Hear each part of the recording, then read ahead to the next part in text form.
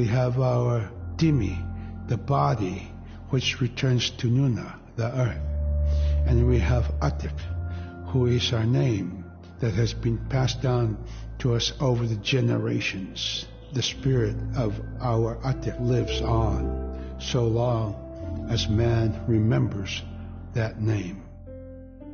It would be hard to describe what happens after death. The feeling is that when our Anik returns to Sila, then that may be reborn if the name is passed on to a new child who can then retain some of the memories of the original name. And so it's not uncommon for grown-ups or adults to meet a child who has the same name maybe as their grandmother and say, "Hi Aka," which means grandma, "Hi Appa," or "Hi little mom," or "Hi little dad," because it's the traditional belief that the soul, is continuing on. Humans are renewed and replenished over time. Just like our plants. Every year flowers are born and bloom and they die. Next year they are born again.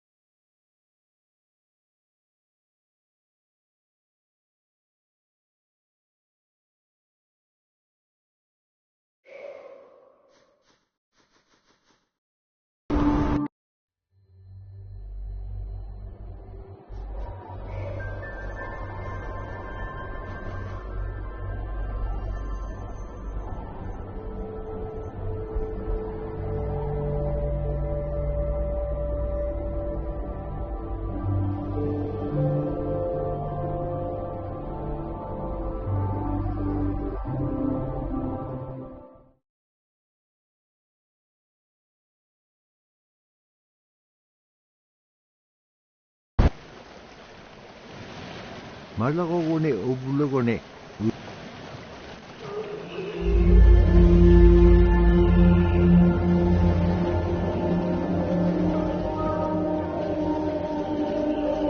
Agalan tawit pagabitsak.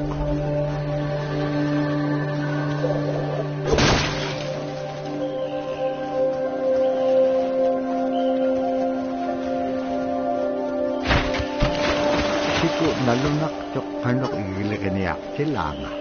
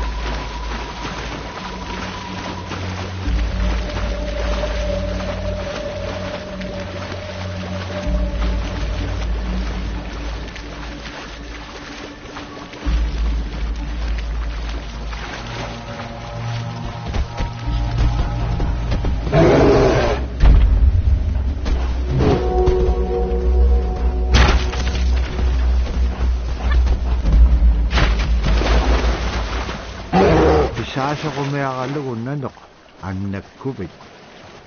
Pinatitakavidyo. Kakame nanok likat tiyala.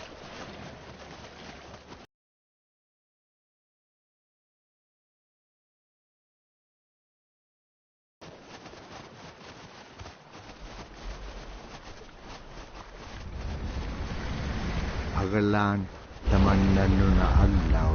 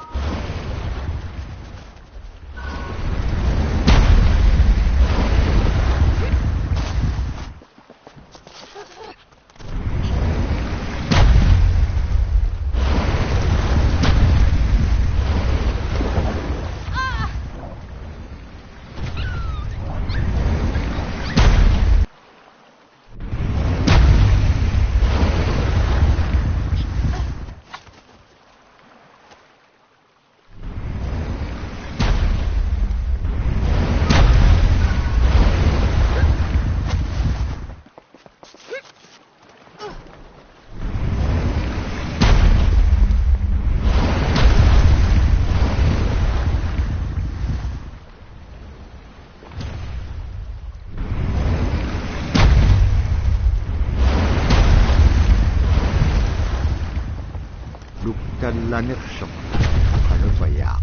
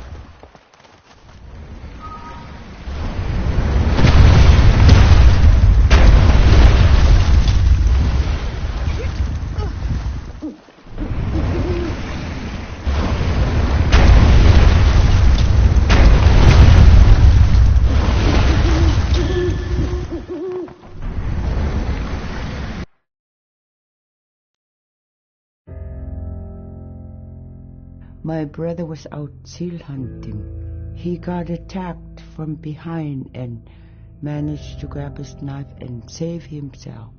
When he came to realize, oh no, it's a mother. We've always known traditionally that we avoid killing a mother. It's always been sacred to us to protect them. He had to present himself to the council, and so he was given the job to mother the baby, and we kept it. It got so big it went over the barricade one day and got to the dog food, and that was an indication that, brother better go teach it how to survive on its own. So he did. I really got attached to the bear because I more or less grew up with it. And some days when brother took him walking, once in a great while he'd put me on the bear and I would ride on it like a horse. I was just happiest little girl in the world.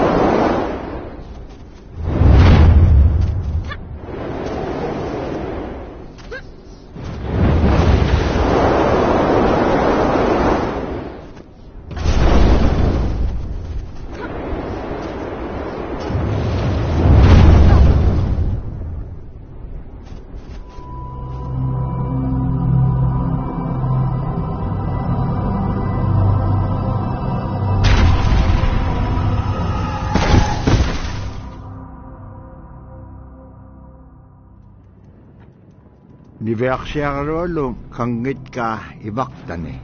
Inyuk pasumarok. Ulimak tu ahalu apun. Siyamittakaan ka. Asi pihirun mek silamun. Siyamayaktikso. Siyamayaktin maung apun. Ano ka magkuhakariga. Asi aganirok kitlugo tunganon nibeaksiarolong ay makabeanon. Dabura kangit ka summan aganirok tilanga.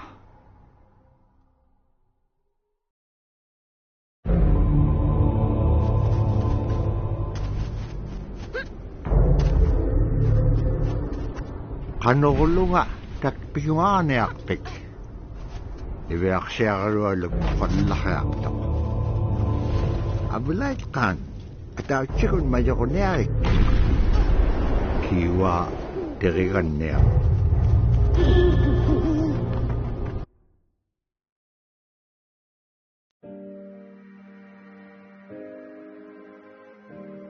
With regard to the environment, the blizzards have been one of the key elements that have impacted the survival of people, especially in the hard winter. We know a blizzard is coming when the moon is starting to get fuzzy. We also look at the stars. When the stars are twinkling fast, we know a storm is approaching. We look to the clouds in the sky to give us a direction the storm is coming from. We learn these as children by observing weather on a daily basis.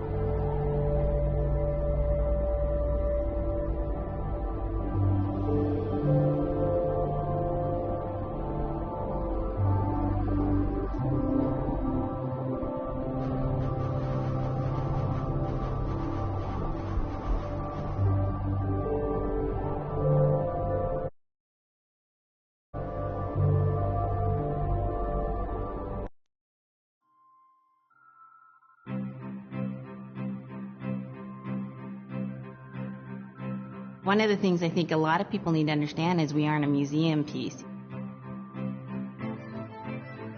The Inupiaq people are a living people and a living culture. Even though we're in northern Alaska, which covers this vast area from Nome all the way over the Canadian border, is that there is this extreme value of interconnectedness and interdependence. It's a hunting society, a gathering society from thousands of years. This is what creates our culture.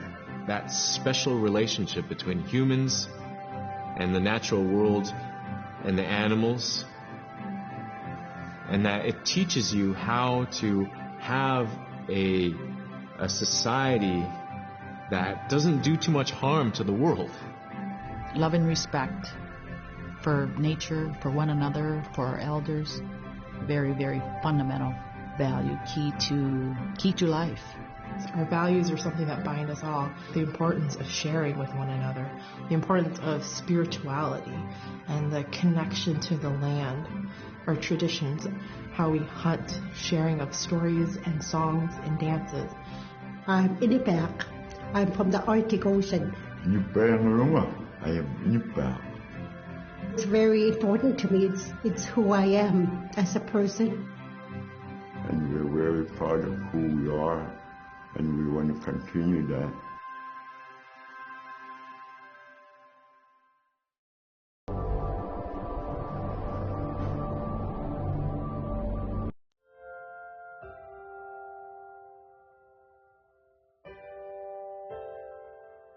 It'd be busy, busy, busy all through the day.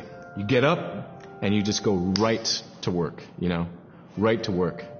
There was always something to do. There was never any idle time. The only idle time we had was after we eat and before we go to bed. One of the older people would be relaxing, laying down there and saying, you know, it'd be really nice to hear a story. And then just organically, someone would just start telling the story. Storytelling for the Inupiaq people is very important because it not only created that sense of community, but is a way to pass on wisdom to the next generation. It was like TV, you know? It was just like, it was as good as any movie you've ever seen. And the storyteller told it so clearly that it was just as powerful as any of the greatest movie blockbusters you've ever seen.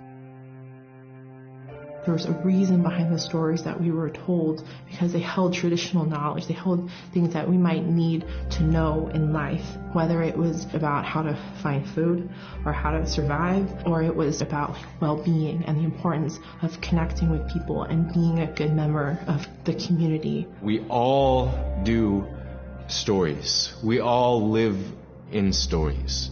We all tell stories to our friends. And they need to be told. They need to be heard.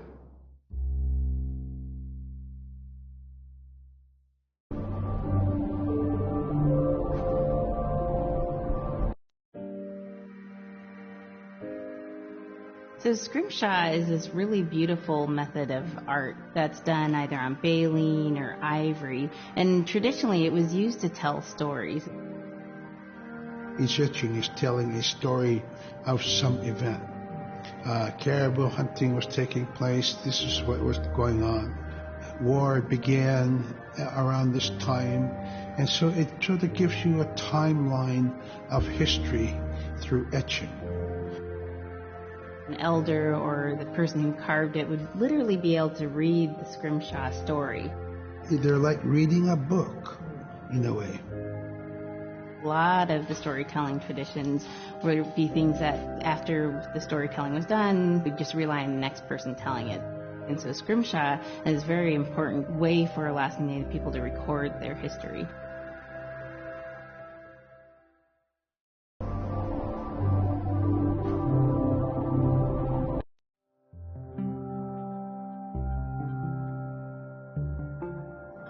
When I was growing up, my grandpa had a pet white fox.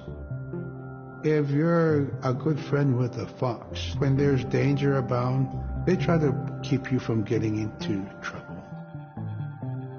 They pull tricks here and there, and foxes are like spoiled little kids in a way. When you let her out, she'd go prancing out in the snow, jumping in the air. I know she was happy then.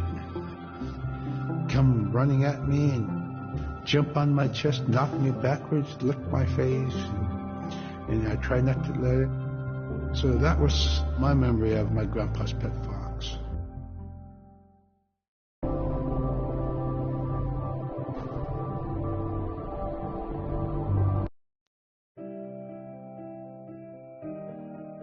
Caribou it provided for us in many ways. Our clothing in those days was made of all caribou skin. I grew up wearing caribou bands, mittens, caribou skin mattress, blankets. Some people had boots that were made with wolf leggings, sealskin sole bottoms. Baleen was shaved to make insoles. They kept us quite dry and warm as well. But the caribou skin clothing was the best. We would get as many yearlings as we could for our outer clothing. And for a heavy winter, we would get caribou in February or March because the hair was the longest and the skin was the thickest, and we would use those for our winter gear. With that stuff on, you could sleep outside in 50 below and it wouldn't bother you a bit.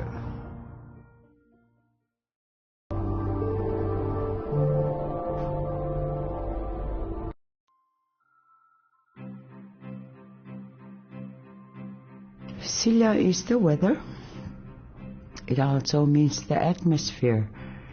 Here's the Nuna, or the land, and it's anything from the land into the moon, the sun, the stars. That's Sila. It's a very spiritual, and we have a relationship with Sila. Sila has a soul in the same way we do as people, in the same way animals do.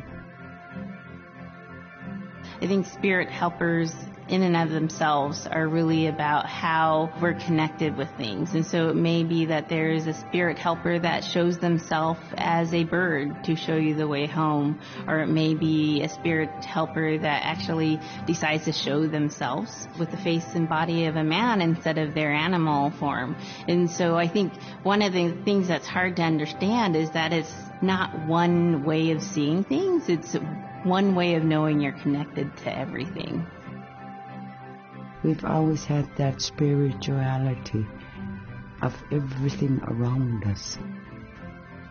It's the interaction you have with the air you breathe, the ocean that you gather resources from, the rivers from which you gather fish, the tundra from which you pick berries, the animals that give themselves. It's all of that.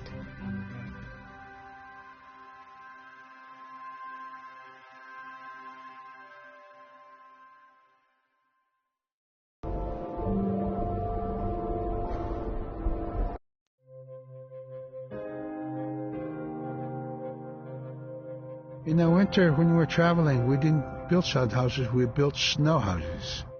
In Canada, they call them igloo, but here in Alaska, we call them apuya. We'd do a day of travel, and then we'd make a apuya. The next day, my father would set traps, spend the day there, rest the dogs, give them something to eat, and then the following day, we continued to the next place. We'd go to my dad's sister, who had a house at Dubarg. They had a small sod house over there. We didn't have to do anything. We just visit with them, and my dad and his sister were glad to see each other, and they'd talk away while us kids played outside or go to sleep. By the time we get back to our home, my father would leave us with our aunt or with my grandmother, and then he'd start on his trips and go check his trap line. We were not into 8 to 5 kind of time, you know. We're in a totally different kind. We're in ecological time.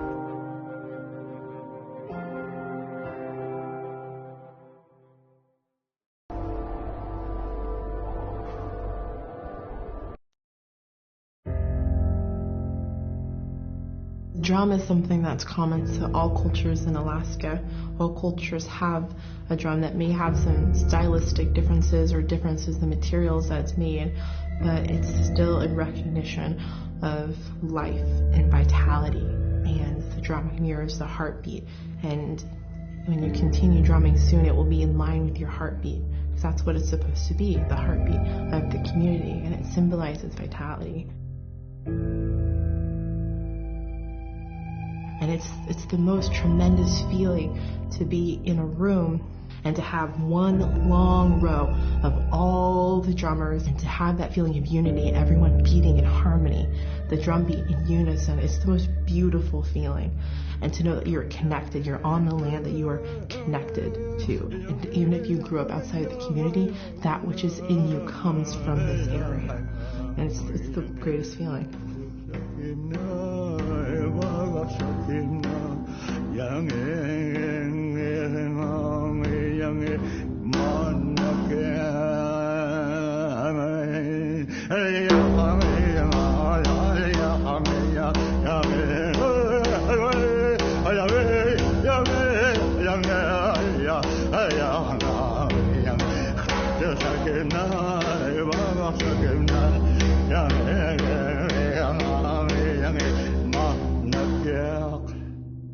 Man, I went at it and look what happens.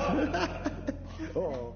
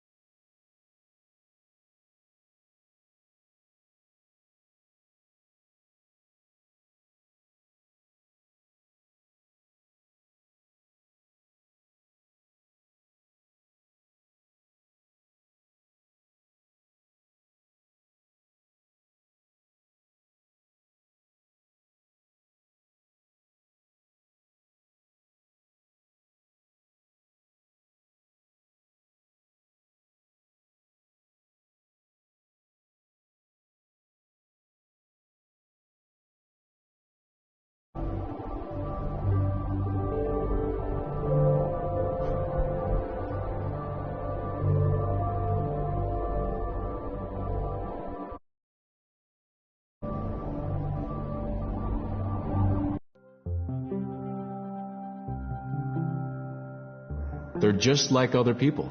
They just happen to be very small and extremely strong. These are stories that are common throughout Alaska. It's normally the people are the size from your elbow to the tips of your fingers, and they possess superhuman strength. So they may be tiny, but they can carry a whole caribou. And if you go up north and you talk to a number of the people in the community, they'll talk about having seen the little people.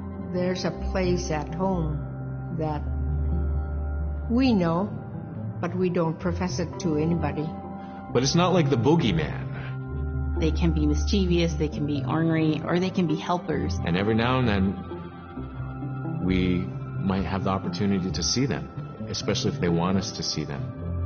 The fact that it's across Alaska really tells you something about our history and how we interacted with nature around us.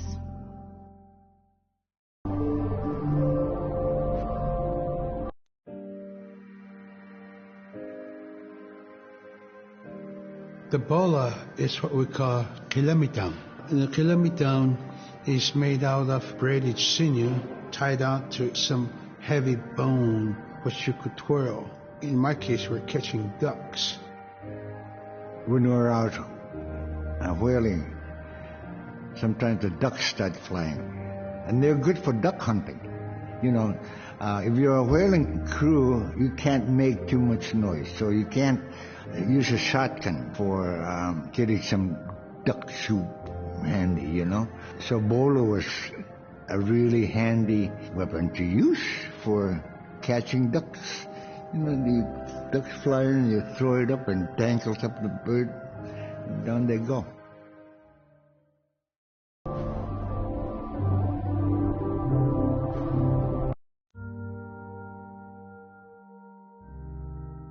The scaredest I've ever been, I was 12 years old. We floated out on a piece of ice while we were duck hunting. It was a bluebird day, just clear blue skies, and there was 3 of us, myself, my brother, and my dad. Next thing you know, we see this dark shadow on the ice. We look and it goes behind us. So we all jumped up, startled, and my dad, he started running. We got back to the ridge there. The ice had fractured, cracked, and broke off, and we were floating away. We were drifting. It was close enough to where my dad would have made it. He stopped and he thought about throwing us across, and if one of us was on the other side, we would be split up. So he stopped, and he just so happened to have a cell phone on him. 911 didn't pick up. That's the worst feeling in the world right there. 911 did not pick up. So he left a message because they record their calls. Once he had relayed that information, his cell phone died. That was the scariest moment I've ever had in my life. We were floating away and I thought we were left for dead. He kept calm during this situation. He's bringing out everything positive in this case. I'm crying, my brother's freaking out. It went from clear blue to dense fog. Within a couple hours, we heard the chopper flying around, so they must have gotten our message. We thought we were saved, and then the chopper sound went away. So we lit some of the sled on fire. It's plastic. We thought black smoke in the fog would create some kind of marker. Chopper pilot had mentioned when we got rescued, you could see a glow in the fog, and he slowed down there, and sure enough, as soon as he slowed down, we got within visual. That was definitely the scariest moment of my life, was floating away and not knowing what the outcome was going to be.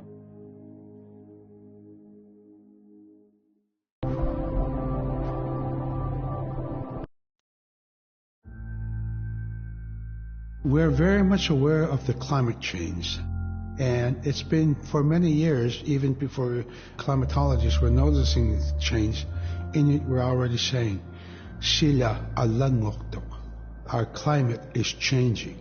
If the heat is going the way it is right now, for us it's going to be pretty bad. Different birds are coming, and they're coming earlier, and sometimes rain is more than what we want. Because when there's more rain, we know it's going to melt the permafrost. In my time as a young whaler, when I was 9 years old, we're hunting from ice that was about 25 feet thick. And there was giant icebergs already floating, coming by. That was the first signs of a changing climate. Ice that never broke before was now moving. Now, here it is 50 years later, we're hunting whale from ice that's 18 inches thick. There's no more thick ice. It's creating a malfunction in our whaling season is what it is. Actually, more than that, all seasons in general. I think we are more scientists than more people will realize.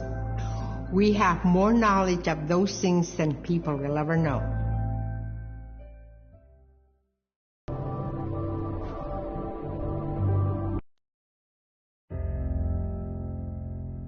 My brother was out seal hunting. He got attacked from behind and managed to grab his knife and save himself. When he came to realize, oh no, it's a mother. We've always known traditionally that we avoid killing a mother. It's always been sacred to us to protect them. He had to present himself to the council, and so he was given the job to mother the baby, and we kept it. It got so big it went over the barricade one day and got to the dog food, and that was an indication that, brother better go teach it how to survive on its own. So he did. I really got attached to the bear because I more or less grew up with it. And some days when brother took him walking, once in a great while he'd put me on the bear and I would ride on it like a horse. I was just happiest little girl in the world.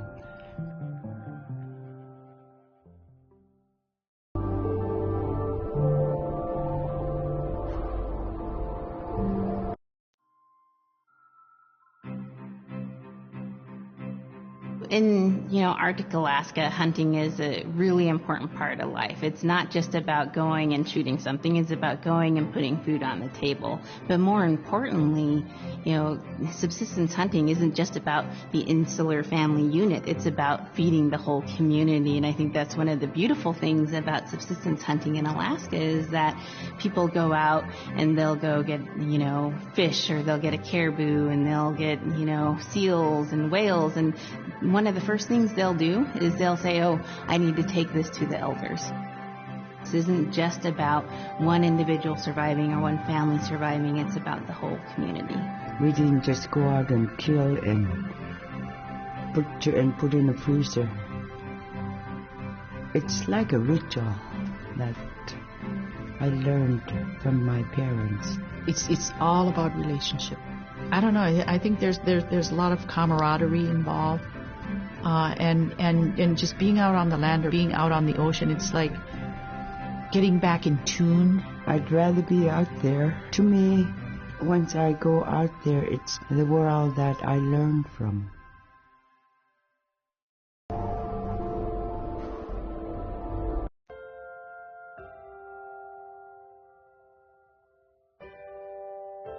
Now we spend all our time out in nature. You get very intimate with the world. And over time, if you're living that life, you start to sense that everything has a spirit. There's a consciousness in everything. Everything is alive. If everything is alive, then we want to respect it. And if we're going to use it, we want to use it respectfully. What I try to tell my nephews and nieces, you love to hunt, you have to take care of the animals that you catch, preparing the food and eating the food that you catch. Water provides you. The ice brings you life. It provides all those things that you need to be a part of your life. That was something I grew up with. I grew up respecting the animals. I grew up respecting the land. And that, to me, that is why we as Inupiaq, as an Inupiaq culture, as an Inupiaq people, that's why we're so successful.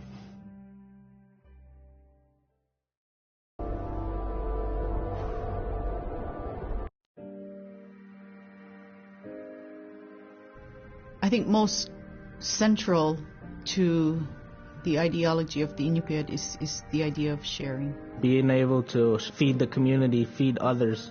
That's why we hunt. You know, in the old days, that's what you needed to survive, you know. The sharing is important because it's how the community survives together collectively. We just give. That's how I grew up. That's the way I'm always going to be. Because of who we are, we always think about other people first. If our people didn't share in the old days, we wouldn't have survived in this harsh, climate, environment.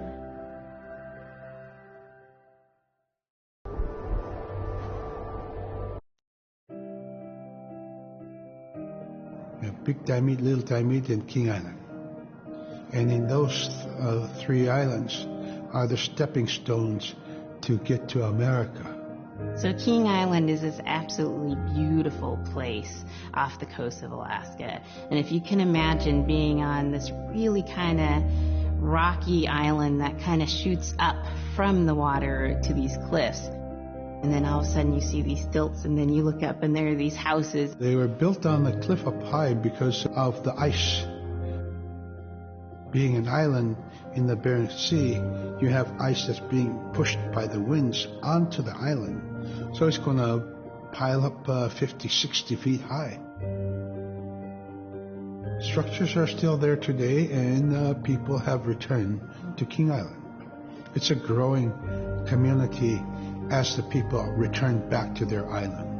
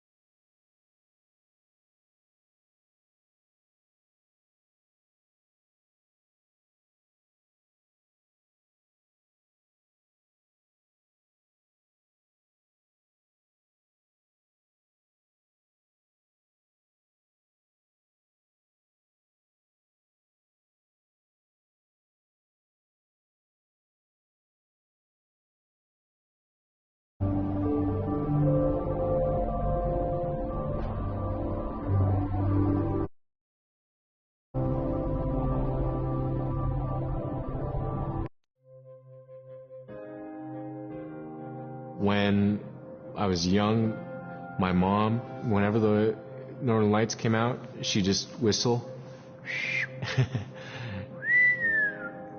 Boy, they come alive. Just keep whistling and that aurora will... Just like, you can almost hear it. And then she explained to me a little bit later that those are children. And children who've passed away when they were children. You don't want to draw them in too much, is what she said. Because then they could play football with your head, play Eskimo football. And that's what they want to do. They're always playing, those children up there. Don't play out without your hood on. If you don't have your hood on, the aurora person is going to come down and chop your head off and play ball with your head.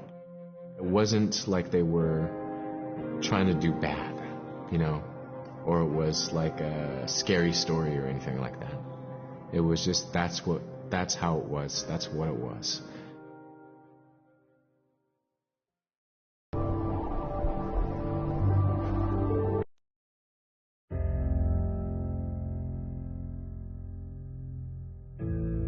In the month of November, there's no sun. So during that dark time, we travel by the light of the moon. It was quite different. Everything was silver and black. Toward the horizon, we could see where caribou are because their body heat flowing upward, and we could see it glowing in the moonlight against a dark horizon where there's no stars.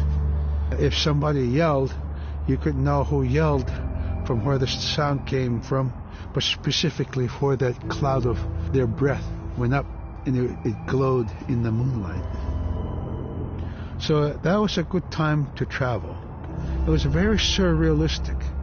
And so things that were dark objects look very close, and white objects look very far.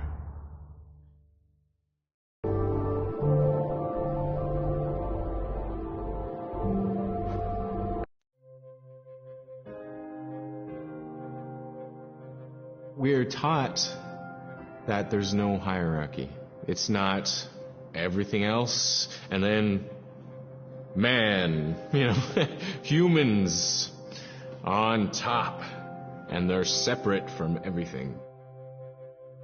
We're taught that everything is equal, and that all the animals have a human form or can be seen in a human form. And so they have just as much or more intelligence. In fact, have a lot to teach people. And so that's how these transformations can happen. It's if the animal wants you to see it in its human form. There's a story where a man comes up to an ice hole, and then realizes there's another man in his parka that's got stuck in the net, and is just stuck like that. Oh, can you let me out? Please help me, And so then he lets the man out, but then realizes that was actually a seal. That was a seal man.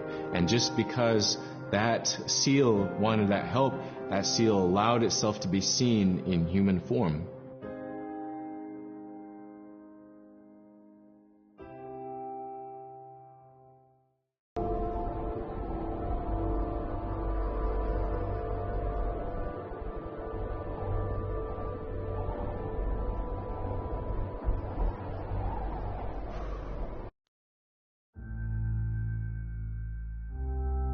We have our Timi, the body, which returns to Nuna, the earth.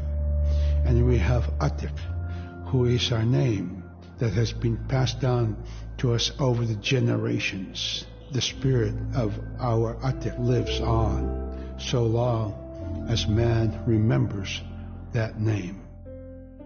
It would be hard to describe what happens after death.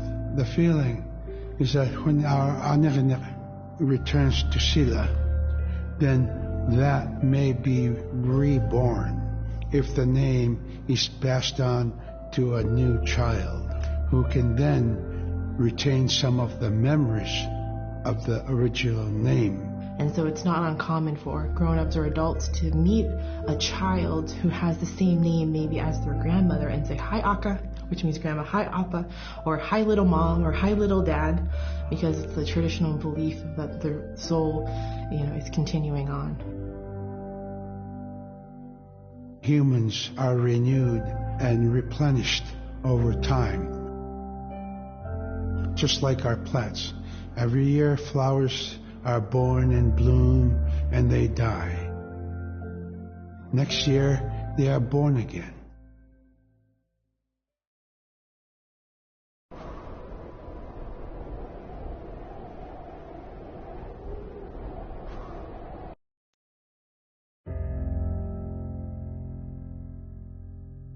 So a recurring type of character in Inupiaq stories is the manslayer. And the manslayer is kind of this bad guy. And I think really what's at risk when the manslayer comes into story is the livelihood of individuals and the whole community. And so the manslayer is really used as a way to say, don't act only for yourself. Always hold the community in your heart. Oftentimes in these stories, there is one person that will stand up. And what this humble person will represent, who faces that manslayer, is a return to order. a return to true living in the community. And it just takes that one person. It could just be that one person that can help to change everything. Because everyone wants to live a good life. Everyone wants to have a good community.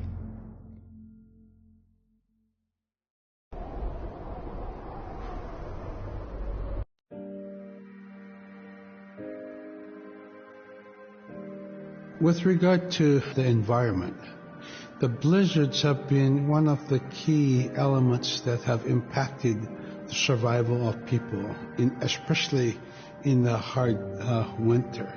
We know a blizzard is coming when the moon is starting to get fuzzy. We also look at the stars. When the stars are twinkling fast, we know a storm is approaching. We look to the clouds in the sky to give us a direction the storm is coming from. We learn these as children by observing weather on a daily basis.